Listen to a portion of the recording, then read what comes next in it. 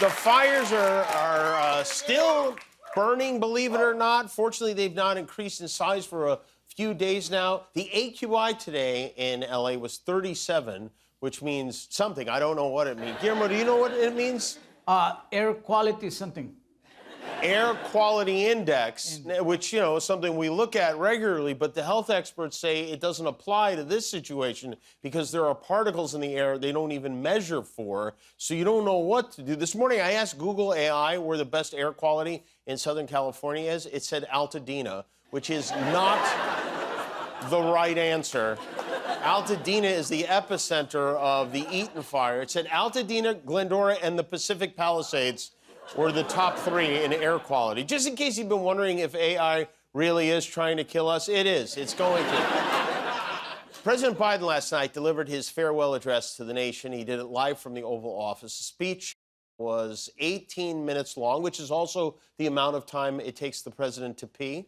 It was an interesting speech. It was more like a stern talking to than a speech. Biden warned us about threats to democracy, including the decline of American journalism and the dangerous seeds of oligarchy, where too much power and influence is in the hands of a wealthy few. Basically, his message was, I'm getting the hell out of here. You probably should, too. He said Americans are being buried under an avalanche of misinformation and disinformation. And then I thought he was about to start rapping, and I got nervous. But watching this address, it was hard for me to think about anything other than the fact that in 4 days, Donald Trump will be sleep farting behind that very same desk with a drawer full of dipping sauces at the ready. But not only was it President Biden's final speech, it was also a chance for the gang at Fox and Friends to take a good hard look at what matters most to this country. If you look carefully, and the New York Post points this out, it might actually be behind our logo, Joe Biden is sitting on a pillow. We don't know if it was a rough 4 years or whatever, but apparently he has taken now to sitting on a pillow. And it's not even a My Pillow. Can you imagine? I mean, the people criticizing us for how we handled the fires don't even know not to block the pillow with their logo. He's sitting on a pillow. What are they going to do when he's back home in Delaware? Who are they going to talk to? Who are they going to attack now? I guess it's back to the gay M&Ms. I don't know. Joe Biden leaves office with the lowest approval rating of his presidency, 36%. The good news is he won't remember any of it. And also, the well wishes have already started pouring in. You are an inspiration to everybody in the nation. You are amazing, and I want you to spiral and get drunk and enjoy yourself because you are amazing. Mwah! Love ya. I want to congratulate Joe.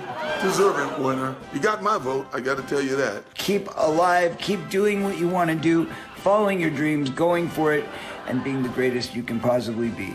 Congratulations. The theme of Knight Rider is one man can make a difference, and you are that difference.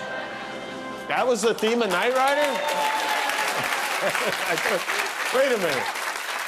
I thought Knight Rider was about a Trans Am that could talk. We learn something every day, you know? This is good. Donald Trump, while everybody has been worried that he won't do anything to help us, turns out we're wrong. This morning, he wrote, "It is my honor to announce Jon Voight, Mel Gibson, and Sylvester Stallone to be special ambassadors to a great but very troubled place, Hollywood, California." Wow. Braveheart, Rambo, and the Midnight Cowboy. He summoned the 3 horsemen of the apocalypto to save us.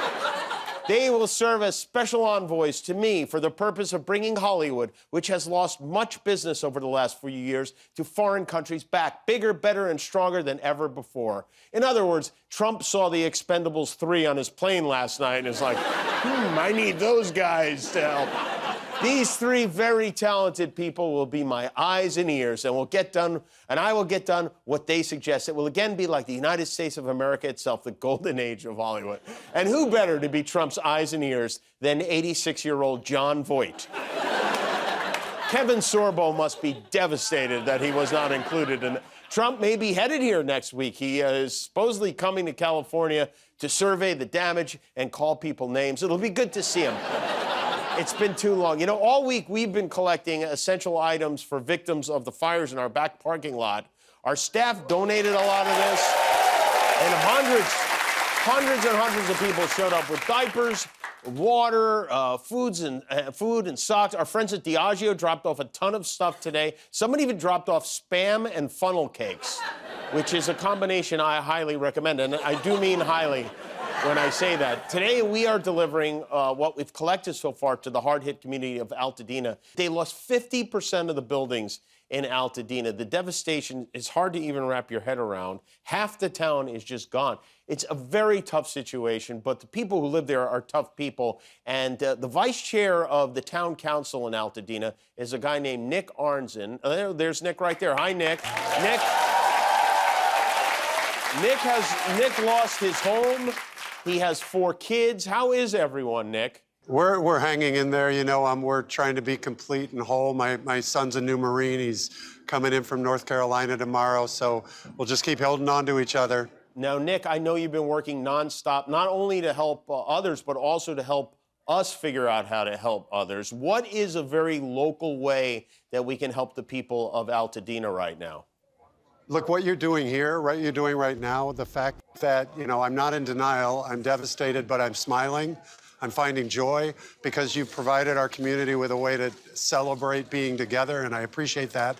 You can also, the only real way to make sure that the funds get directly to Altadena at this point, and we're working on more, is to donate at the altadenarotary.org site, or Altadena Rotary is probably our most trusted partner at this point because we're unincorporated. So we want to make sure we're doing what you're doing here, and that's getting the things right into the hands of Altadenans. Excellent. Well, thank you, Nick, for all you're doing there. Best to your family. And also, I want to thank our friend Evan Fox, who's there with the Yeasty Boys Bagel Truck. He's working with World Central Kitchen to feed everyone, making sandwiches for all the people there. Thank you, Nick. Thank you, Evan.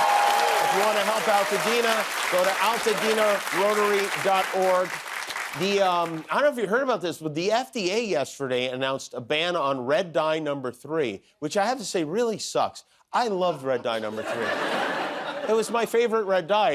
Every night after work, you know, I unwind with a Shirley Temple and a big bag of bacon bits, and now that's gone, I guess. Red dye number 3 it's shocking to hear this because we've been eating it for like 80 years. It's made from something called coal tar, which comes from the petroleum refining process. It's the reason why your kids get more than 30 miles to the gallon. But right now it is red dye number 3 is in Pez, Ring Pops, Double Bubble, all the basic food groups. But the ban that has the young people really upset this week is the one of TikTok. Unless the Supreme Court steps in, TikTok is going to be shut down on Sunday.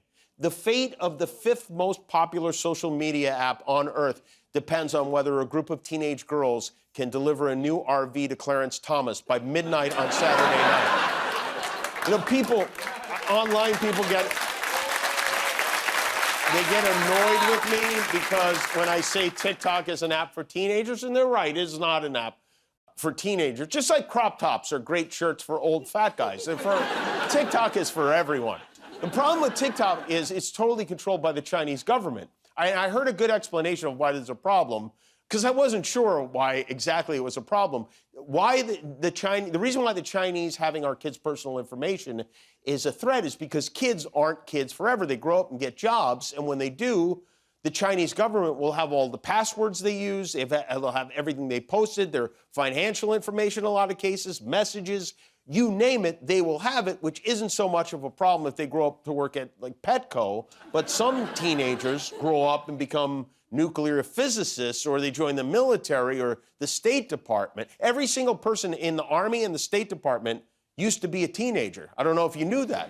And in the future, the Chinese government will have tons of their data to blackmail them with. And that's why it's a national security threat when your nephew films himself eating corn on the cob off a Makita drill bit. Did you know that, Guillermo? Yes, Jimmy, yes. Is that clearer now? Yeah, yes. Are you on TikTok? No, I'm not on TikTok. Okay, very good. Yeah. TikTok isn't even allowed in China, where it comes from. Not only that, you know those Chinese chicken salads? They don't have those either. It's just us. But even though he talks a very tough game about China, there is one guy